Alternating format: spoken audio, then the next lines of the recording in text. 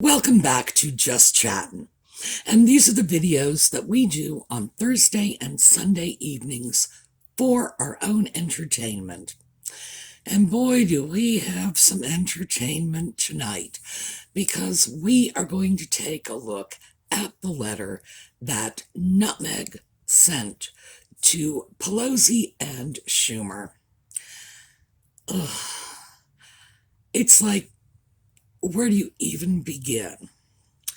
But we're going to tackle it when we come back. So we'll see you in a second.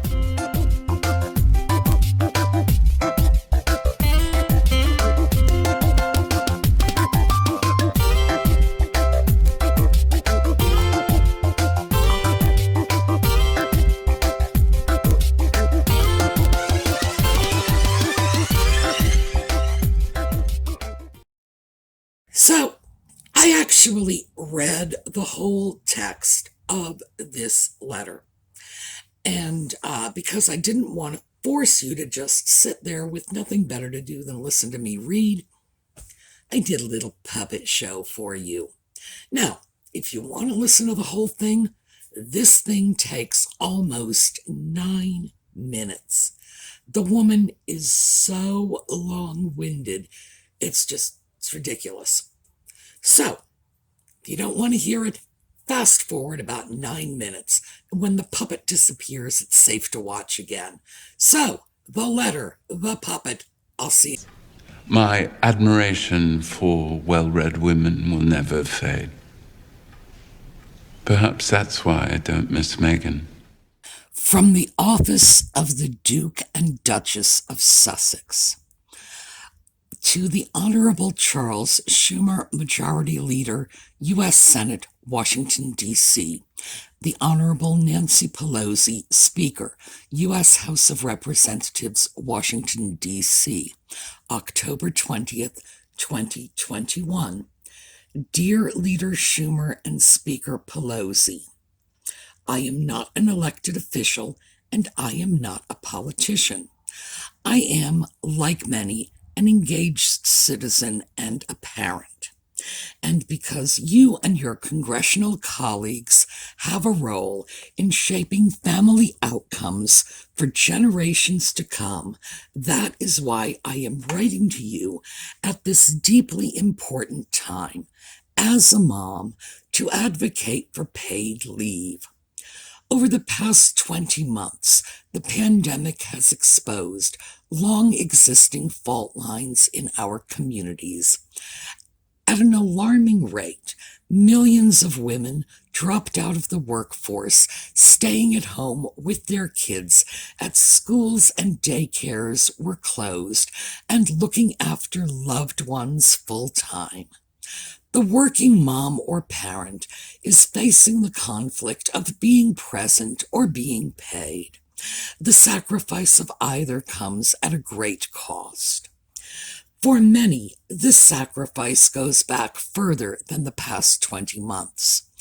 It's 20 or 30 years, even longer, decades of giving time, body, and endless energy, not just in the pursuit of the American dream, but simply the dream of stability. I grew up on the $4.99 salad bar at Sizzler. It may have cost less back then. To be honest, I can't remember. But what I do remember was the feeling. I knew how hard my parents worked to afford this, because even at $5, eating out was something special, and I felt lucky.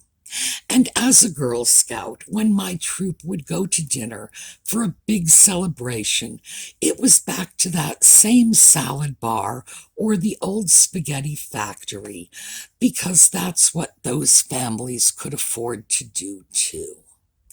I started working at the local frozen yogurt shop at the age of 13.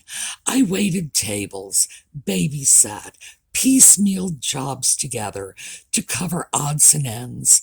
I worked all my life and saved when and where I could, but even that was a luxury, because usually it was about making ends meet and having enough to pay my rent and put gas in my car. I expect many of your constituents have their own version of that story. Perhaps you do too.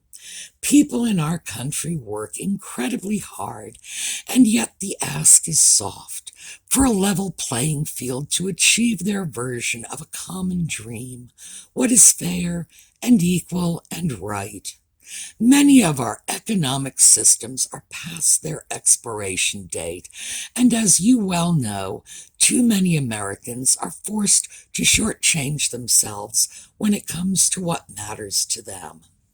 In June, my husband and I welcomed our second child.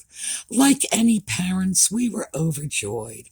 Like many parents, we were overwhelmed. Like fewer parents, we weren't confronted with the harsh reality of either spending those first few critical months with our baby or going back to work. We knew we could take her home, and in that vital and sacred stage, devote any and everything to our kids and to our family. We knew that by doing so, we wouldn't have to make impossible choices about childcare, work, and medical care that so many have to make every single day.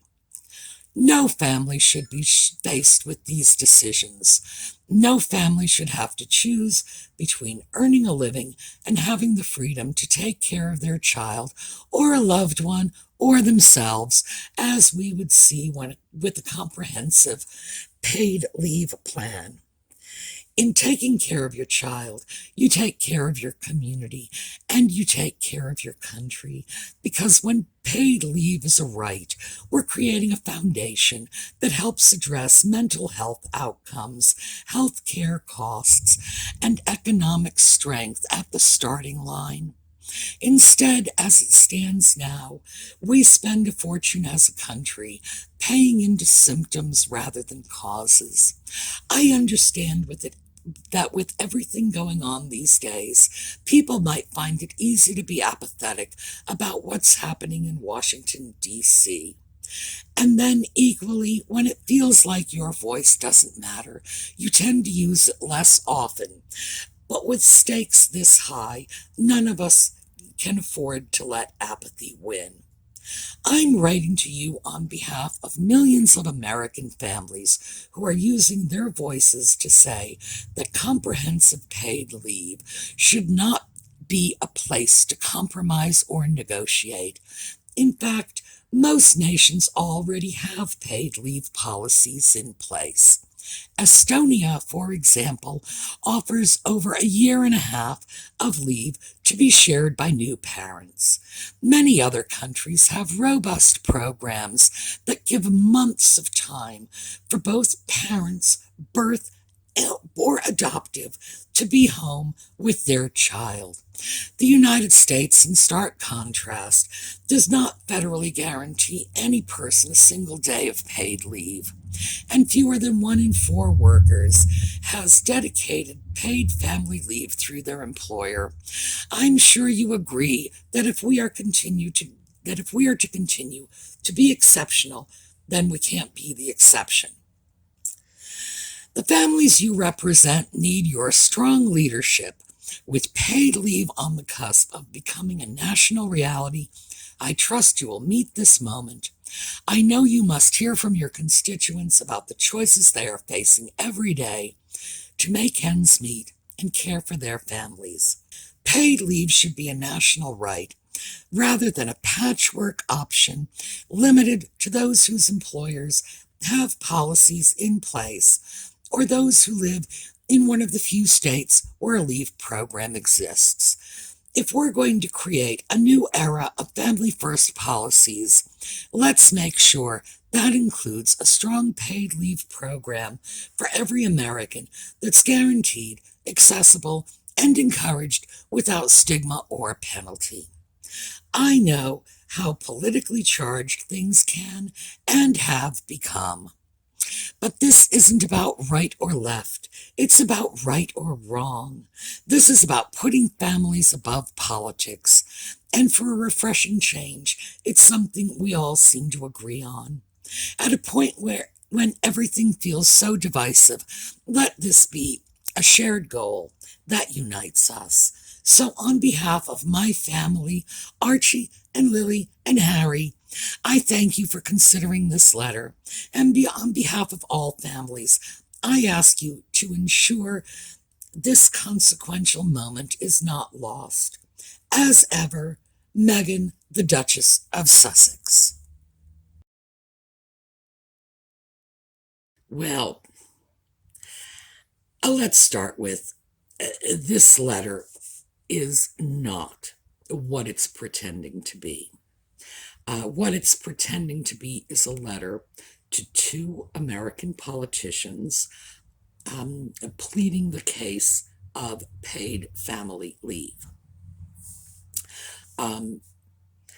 Let's start off with the letter opens from the office of the Duke and Duchess of Sussex. So this is only going to be alienating for people in the arena of American politics. No two ways around that. But beyond that, this is a letter that is preaching to the choir. So, and let me explain, because for those of us in the US, we're clear about this. Most of us are anyway. For those of you abroad, you may not be. This letter is addressed to Nancy Pelosi and Chuck Schumer. They are both liberal Democrats. So they are clearly not just favoring this. She's not trying to get them on board. They are conducting this train. So writing them a letter in support of family leave is,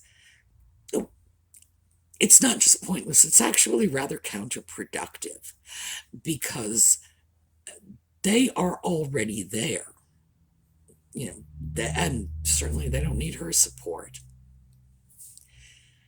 Clearly there's another agenda here, and we see that agenda very early on, because all she really talks about is herself.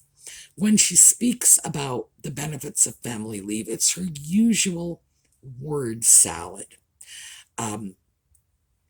She really has no idea what she's talking about, and consequently, she doesn't spend too much time talking about it. In other words, you don't hear her say, these are the benefits of family leave, 1, 2, 3, 4. These are how the costs are going to be recouped, 1, 2, 3, 4. That's how you approach this. No, just her word salad. We need these outcomes, and we need...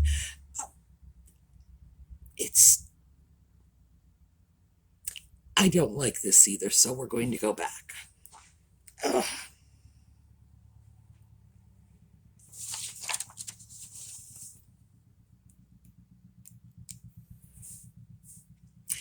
So, we have a letter here. Ostensibly, it is to show her support for paid family leave in the US. And she's writing it to Nancy Pelosi and Chuck Schumer, who are both liberal Democrats, who don't need to be gathered into the fold on this issue. They are the fold. These are the people who are pushing for this family leave stuff. So she's preaching to the choir here. The fact is, family leave is merely an excuse in this letter to babble a lot of word salad about the importance of families and a lot of borderline socialist politics. Well, maybe not even borderline. When she starts saying that it is the right of the American people to be paid to stay at home and take care of their own children, I would have to say it's over the line, and it's moved into socialism. But she can be a socialist if she wants to. This is a great country. You can believe what you want to believe. The fact is, most of this letter is about her. And she starts off with saying about what she isn't. I'm not a politician. I'm not an elected official. Well, she doesn't need to say that. We all know that. And she started off by writing the letter from the office of the Duke and Duchess of Sussex. So, for the most part, I would imagine we would be questioning whether she's American to begin with. But she says also she's an engaged citizen, and let's not forget that this so-called engaged citizen went to the UK and spoke about becoming a British citizen. That was something she said she was going to do. She never did it, of course, because she really doesn't follow through on most of what she says she's going to do. But she did say she was going to do that. And one has to question how engaged and committed she is to this country when she was speaking about becoming the citizen of another. Definitely a problem. She then goes on to, that's the first paragraph, by the way, just, this is who I'm not, and this is who I am. It's like, please, does anybody care? Then immediately, the pandemic, it exposed fault lines in our society. That is just more of her word salad babble. She brings up nothing in support of that, nothing. It's just, she throws it out there and we're supposed to buy it. And then immediately, so we're in paragraph 3 now, as soon as she's through saying, look what the pandemic showed us, then immediately she says, well, some of these things have been going on for 20 or 30 years. So, were they coming out of the pandemic, or have they been with us for 20 or 30 years? I'm confused at that point. She's talking about, for many of us, the sacrifice. And the sacrifice she is allegedly talking about, because she isn't really, but the alleged sacrifice is that people don't get to be paid to stay home while they take care of their children.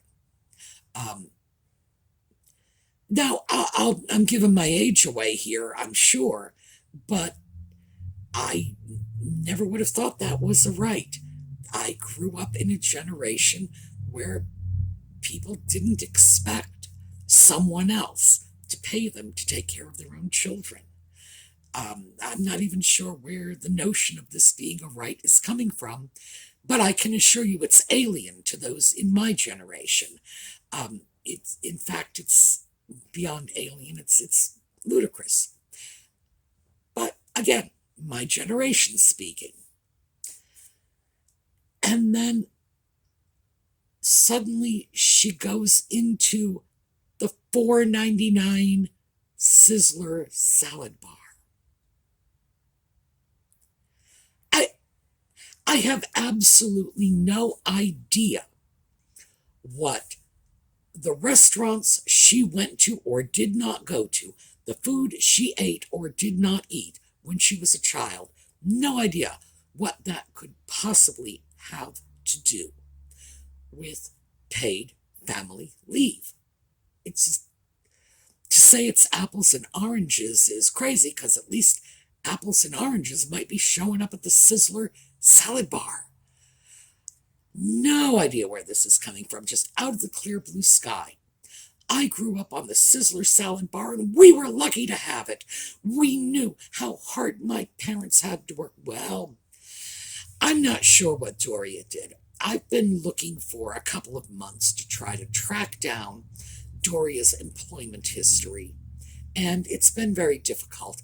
I expect there were long periods in which she was not employed outside the home, which is probably why I'm having difficulty finding this. But as for Thomas Markle, he was a lighting director. He was a camera operator. That was the aspect of television he worked in. He was apparently very consistently employed. And when Nutmeg was still quite young, he won $750,000 in the California lottery. So that's $750,000 in addition to what had to be a rather healthy income, because remember, he was an award-winning lighting director. He's not the bottom of the heap. And he was working on, when he was working on General Hospital, to say it was the hottest soap in the country it doesn't even come close. Kids in college campuses were watching the show with such regularity that the professors who had classes scheduled there would fight to get out of those time slots. In other words, only like the lower level professors would take a time slot opposite General Hospital. The tenured professors were able to get around that because, in fact, no one would show up to class. It was everything. Luke and Laura. I don't know if any of you remember that. I do. That was all over the campuses. And then Married with Children, which was a very successful primetime television show. The man was at the upper end of his profession, which was television, lighting, and camera. That's what he did. He was almost certainly making a decent salary, even without the extra $750,000, because remember, Nutmeg has been in private schools all her life. She never attended a public school. It was always private schools, and it was always very fancy ones. So her high school, by the way, I checked the tuition. Right now it's over $17,000 a year. Now it wasn't $17,000 when she was there, so we have to approach that a little differently. We take her high school's tuition as a percentage of the average American income. And that's how we get a more accurate picture. And it is a third of the average American's gross, not net. This is before taxes, before tax income. So do you really think that in a family where they were sending her to a private school, where Lucille Ball sent her daughter, where Walt Disney sent his daughter, that they had to dig change out of the sofa cushions so they could go out and have a $5 salad? Oh, please. That is just, it's far-fetched to be, to the point of being a clear fabrication. Not only that, but she's claiming that her whole Girl Scout troop, and her whole Girl Scout troop would have been girls from her school. You know, people like the daughter of Lucille Ball or Walt Disney or whoever else was in school with her. And by the way, she was not contemporaneous with either Lucy Arnaz or Walt Disney's daughter. Just gives you the caliber of economics that we're dealing with here. So no, her Girl Scout troop wasn't starving either. But obviously she needed to let us know she was a Girl Scout, because this is part of Nutmeg rewriting her history. She is using this letter to repackage herself. And I believe that is the point of this letter, because obviously it's not to convince Schumer and Pelosi to adopt a position they've already taken a long time ago. So what is it about? Well, it's right there in front of us. She would like to repackage herself as someone who grew up the hard way. She had to struggle for everything she ever got, including that $4.99 salad. Because from there, she goes on to talk about her career, starting work at the age of 13 at a frozen yogurt shop. Now, for those of you overseas, let me just explain this. In the U.S., if a frozen yogurt shop hired a 13-year-old child, they'd be shut down. You can't do that. It's illegal. You just can't do it. And the very idea that someone would have hired a 13-year-old kid, Why would you do that in the first place? I mean, to begin with, you wouldn't put a child around machinery. No one would do that. I have no idea why she thinks this is going to fly, because we all know better. Some children in some industries can work below the age of 16. It can be done. Obviously, performers can, actors, models, whatever. Performers can work when they are under 16. It's very structured. You don't get to do this casually. This is so tightly regulated. For the most part, every state in the country, the minimum age is 16. Usually you can get working papers, that's what they call it, working papers, that will allow you an exemption to begin work at a younger age. 15 is usually the cutoff. Some states is 15 and a half. So when I say you can work under 16, we're talking a few months to possibly a year. No, this is just sheer nonsense. Then she speaks about having to piecemeal jobs together, babysitting and doing whatever waiting tables and whatever she had to do. But again, when would this be? Would this be when she was in that fancy private school her parents were paying for? Would this be when she was leaving school? She was living with her father when she was in high school. She was leaving school to go accompany him on the job, on the set of General Hospital, Married with Children, whatever show he was working on, because that's where she said she spent her after school time. So, yeah, and we've got plenty of sources on that. The Elle magazine interview, I'll throw a link to that in the video notes. She talks about, her privileged childhood in that interview. When was she doing this babysitting and piecemeal jobs and waiting tables and working at the yogurt shop? I'm surprised she didn't say she was working at the salad bar too. When she left college, now keep in mind her parents supported her, not just right up through high school, but through college as well. When she left college, within a year, she was hooked up with Trevor. And Trevor was a successful producer. He wasn't, mega big time, but he did have some hits. So he wasn't hurting for money. Clearly he was supporting her. They were living together and she was taken care of. So when was all of this minimum wage employment taking place? It wasn't. This is not her life. And she spent years blogging, telling us this wasn't her life. This is the period when she was distancing herself from that sort of, half a jump out of the trailer park background that was in fact her background, but she was attempting to position herself in with the Toronto elite. So, of course, she wanted to upgrade that background.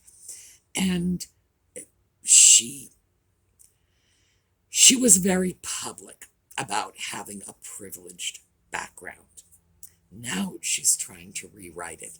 Now she's talking about her background of poverty. It's crazy. It makes no sense. Well, the story, but why she's doing it does make sense.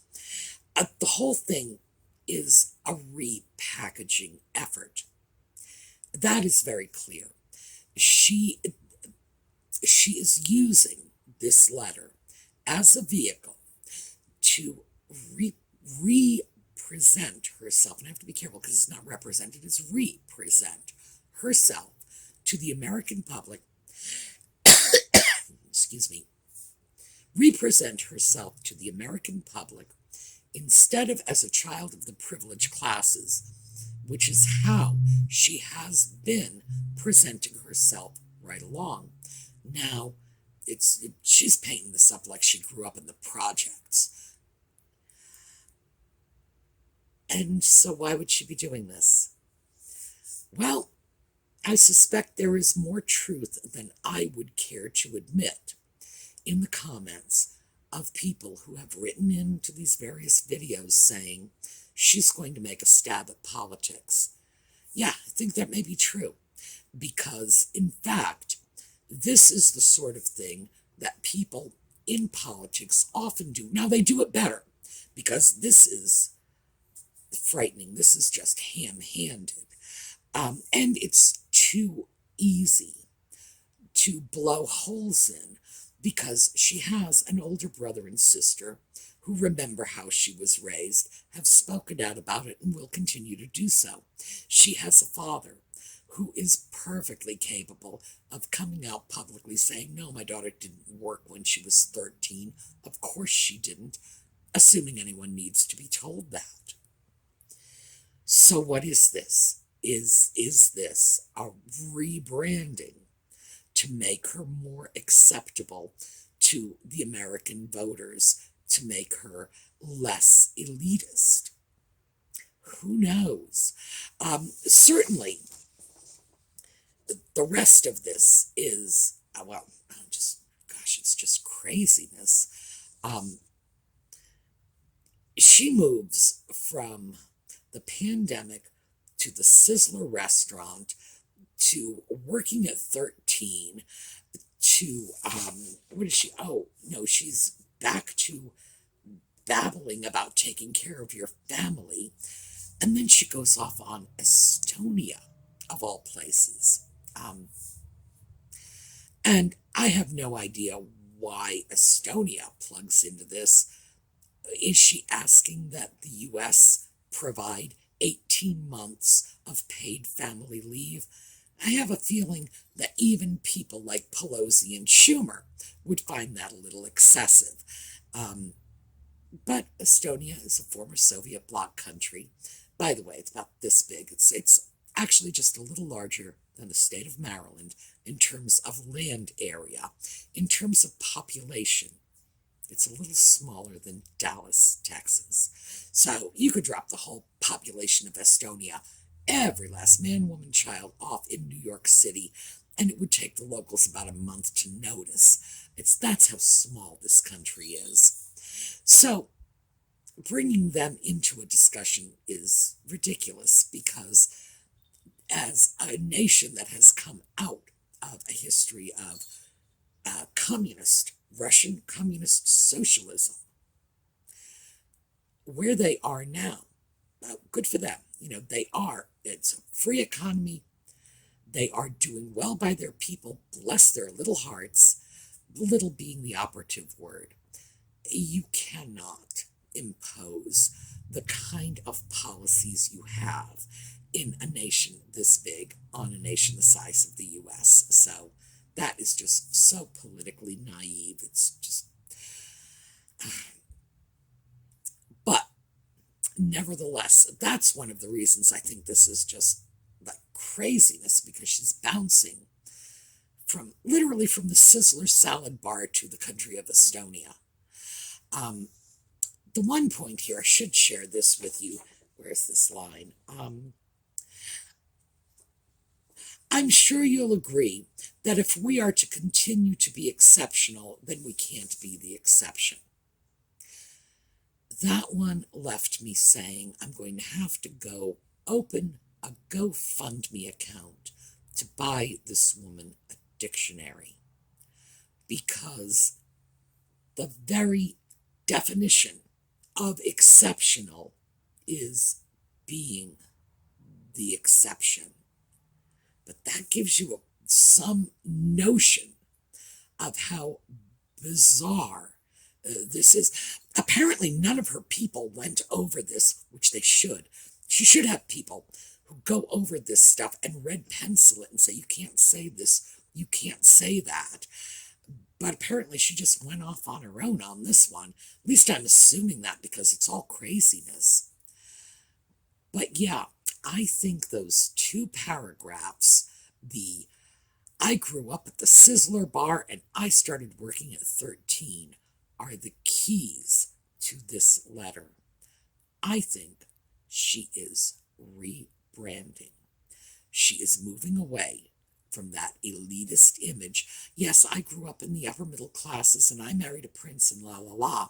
And now she's playing Abraham Lincoln, born in a log cabin, just regular folks, in her $14 million 16-bathroom mansion with the prince she's married to, and the blood diamond earrings. And I have no idea how she is going to pull this just folks thing off.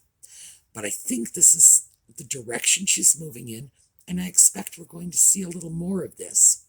I would have to say, absolutely, this is looking very much like dunking the toe in the political waters to me.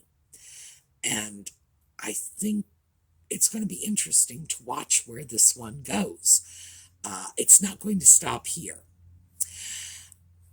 Global concerns about this. First of all, the Duke and Duchess of Sussex need to keep their face out of our politics. Period. Because the Duke and Duchess of Sussex are British titles of nobility. They need to be in Britain where it has some meaning. They need to be in Sussex or whatever dukes and duchesses do. But throwing that title around in the American political arena is wrong. Frankly, I think it's potentially harmful to Anglo-American relations, because I think there are going to be enough people who don't understand this is just some lunatic, loose cannon going off on her own, babbling whatever comes to her mind. And they will be looking at this saying, do the British people support this? Is this the voice of Great Britain meddling in our country? And I think that's a real possibility. But also she signs it off. So, on behalf of my family, Archie and Lily and Harry, making it a little confusing about who she means by her family. Does she mean only Archie, Lily, and Harry? Or when she talks about her family, is she talking about the Queen? Is she talking about Charles? Is she talking about Camilla? Is she talking about William and Kate? Theoretically, that's all her family. Throwing that in is pretty dangerous, because in so doing, she is saying, not only do I speak on behalf of millions of people, that's a good one, I mean, who are these millions of people, but I'm speaking on behalf of my family, presumably also my in-laws. So I think the British royal family needs to do something to stop this woman's use of that title in this context. But of course, they should have done that a long time ago. By the way, I'd love to know who these millions of people she's speaking on behalf of are. I don't need to know all the millions.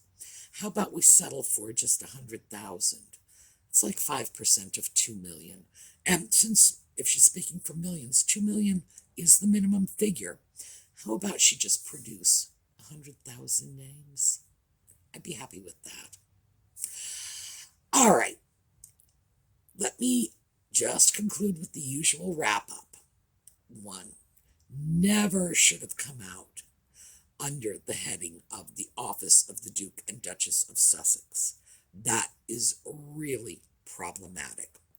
2, clearly it can't be what it purports to be, because she's writing a letter purportedly in favor of family leave to people who are already in support of that. So it can't be what it's about.